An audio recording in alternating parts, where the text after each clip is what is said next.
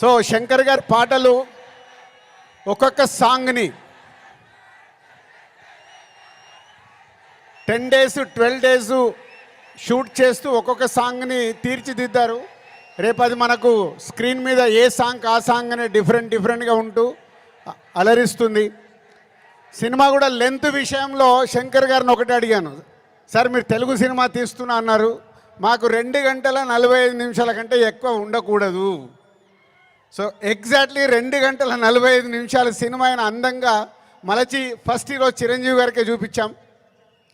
So అలా cinema మీకు పరిగెత్తుతూ ఉంటుంది, ఎక్కడ ఆగకుండా ఆ హీరోయిజం, డ్యాన్సులు, ఫైట్లు, ఏది కావాలో ప్రేక్షకులకి అది అందిస్తూ అన్ప్రెడిక్టబుల్.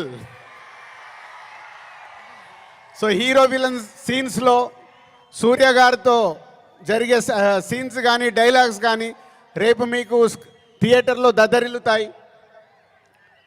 సో జనవరి 10 ముందు జనవరి 1 ట్రైలర్, కళ్యాణ్ గారు డేట్ ఇస్తే 4th or 5th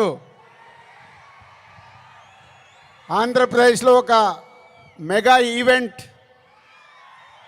January 10తో cinema.